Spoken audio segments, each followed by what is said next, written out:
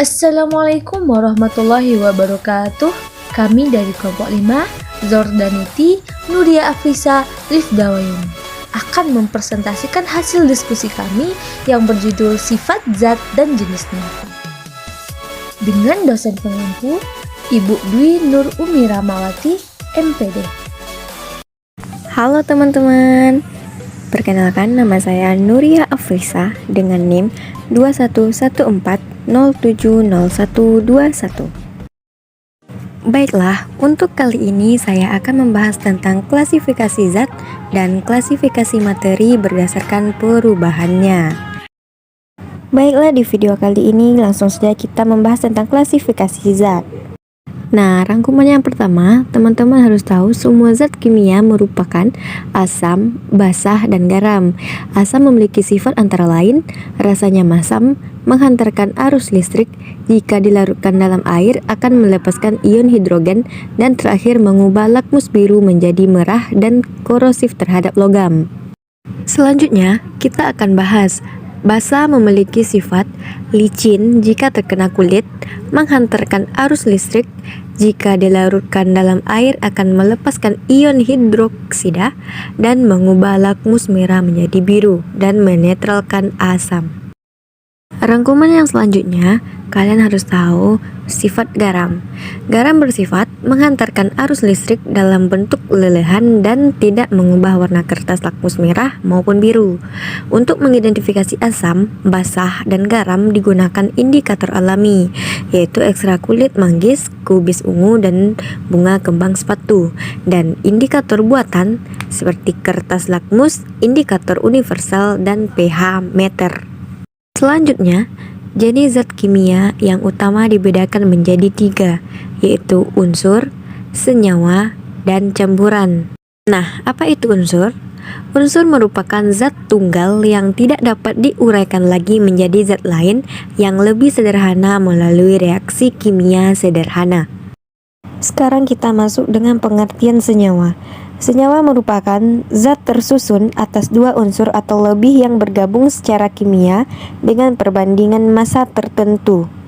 Rumus kimia dari senyawa dinyatakan dengan AX ataupun BY, di mana A dan B menyatakan lambang unsur penyusunan, sedangkan X dengan Y menyatakan jumlah relatif atom A dan B dalam senyawa. Oke, tadi kita sudah membahas tentang unsur dan senyawa. Selanjutnya kita bahas tentang campuran. Campuran merupakan materi yang tersusun atas 2 jenis zat atau lebih dengan perbandingan tidak tetap. Campuran dibedakan atas campuran homogen atau larutan dan campuran heterogen. Oke, kita masuk dengan klasifikasi materi berdasarkan perubahannya. Pertama, kita akan mempelajari tentang materi.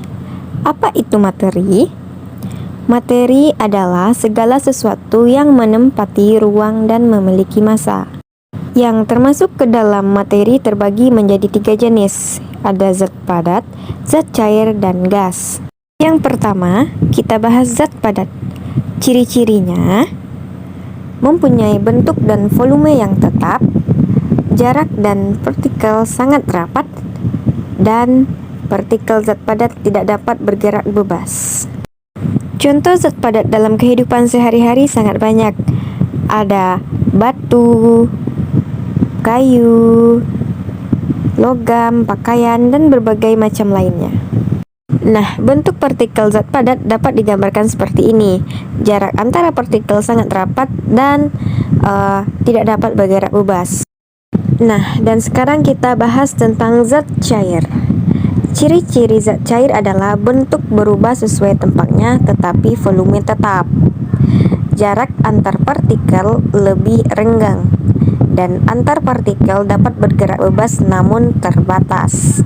Contoh zat cair dalam kehidupan sehari-hari dapat kita temui yaitu seperti air, minyak, sirup, bensin, oli, dan zat cair lainnya.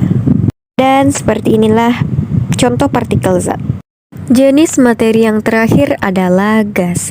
Cirinya, bentuk dan volume yang selalu berubah, jarak antar partikel yang sangat renggang, partikel dapat bergerak sangat bebas. Nah, kita masuk dengan contoh gas. Contoh gas yaitu asap rokok, asap pabrik, uap air yang ada dalam awan, gas dalam balon, gas yang kita hirup, dan gas LPG. Nah, jarak partikel gas kalau digambar seperti ini. Assalamualaikum warahmatullahi wabarakatuh. Perkenalkan, nama saya Lifda Wahyuni dengan NIM 2114070117. Baiklah, saya akan melanjutkan materi yang kedua, yaitu sifat-sifat zat. Sifat zat memiliki sifat tertentu sehingga dapat dirasakan dan diamati oleh panca indera kita. Sifat zat dapat dibedakan menjadi dua macam, yaitu satu, sifat eksekutif. Sifat eksekutif merupakan zat yang bergantung pada jumlah dan ukuran zat, misalnya volume dan massa. Yang kedua, sifat intensif. Sifat intensif yaitu merupakan sifat zat yang bergantung pada jumlah maupun ukuran zat. Sifat intensif ini dibedakan menjadi dua, yaitu satu, perubahan fisika. Perubahan fisika adalah sifat yang berhubungan dengan perubahan sifat zat yang tergolong sifat fisika, yaitu warna, bau, rasa, kerapatan, titik, didih, dan lain-lain. Yang kedua yaitu sifat kimia. Adalah sifat yang menunjukkan kemampuan suatu zat untuk melakukan reaksi kimia atau sifat yang menyatakan interaksi antar zat. Yang tergolong sifat kimia antara lain: satu, mudah tidaknya terbakar. Contohnya alkohol, spiritus, bensin. Yang kedua, kestabilan. Mudah tidaknya suatu zat terurai oleh pengaruh panas, contohnya air. Yang ketiga, kreativitas.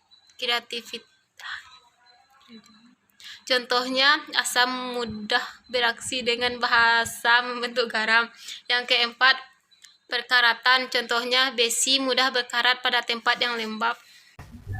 Baiklah, saya Zardanity akan melanjutkan pembahasan materi, yaitu sifat zat padat dan cair.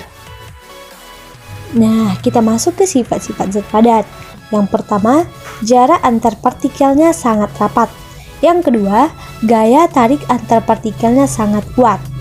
Karena gaya tarik antar partikel pada zat padat sangat kuat, maka bentuk zat padat cenderung tetap bila tidak ada gaya atau reaksi yang mempengaruhinya. Yang ketiga, bentuknya tetap. Dan yang keempat, volumenya tetap. Contohnya saja batu, kayu, dan lain-lain. Nah, kita masuk ke sifat-sifat zat cair. Yang pertama, jarak antar partikelnya agak renggang. Yang kedua, gaya tarik antar partikelnya agak kuat. Gaya tarik antar partikel zat cair agak kuat artinya lebih lemah dibanding dengan gaya tarik pada partikel zat padat. Agak lemahnya gaya tarik ini mengakibatkan bentuk zat cair dapat berubah-ubah sesuai dengan tempatnya atau wadahnya. Nah, yang ketiga, volumenya tetap, dan yang keempat, bentuknya berubah. Nah, selanjutnya kita masuk ke sifat zat gas. Yang pertama, jarak antar partikelnya sangat renggang. Yang kedua, gaya tarik antar partikelnya sangat lemah. Lemahnya gaya tarik menarik antar partikel pada zat gas menyebabkan bentuk dan volume zat gas selalu berubah sesuai dengan ruang yang ditempatinya, yang menjadi ciri khas suatu zat sehingga dapat membedakan dari satu zat dengan zat lain adalah massa jenis. Yang ketiga, volumenya berubah dan bentuknya berubah. Nah, kita masuk ke perubahan wujud zat. Nah, teman-teman, sekarang perhatikan gambar berikut. Ada gas, ada padat, ada cair.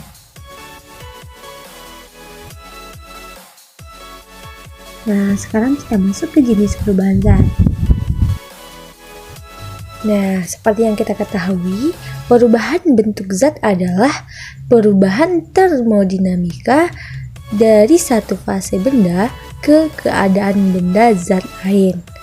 Nah, perubahan bentuk zat digolongkan menjadi 6 jenis. Membeku contohnya adalah air dimasukkan ke dalam kulkas. Mencair contohnya es batu diletakkan di terik matahari akan mencair. Nah, kalau contoh menguap, air yang direbus jika dibiarkan lama-lama akan habis.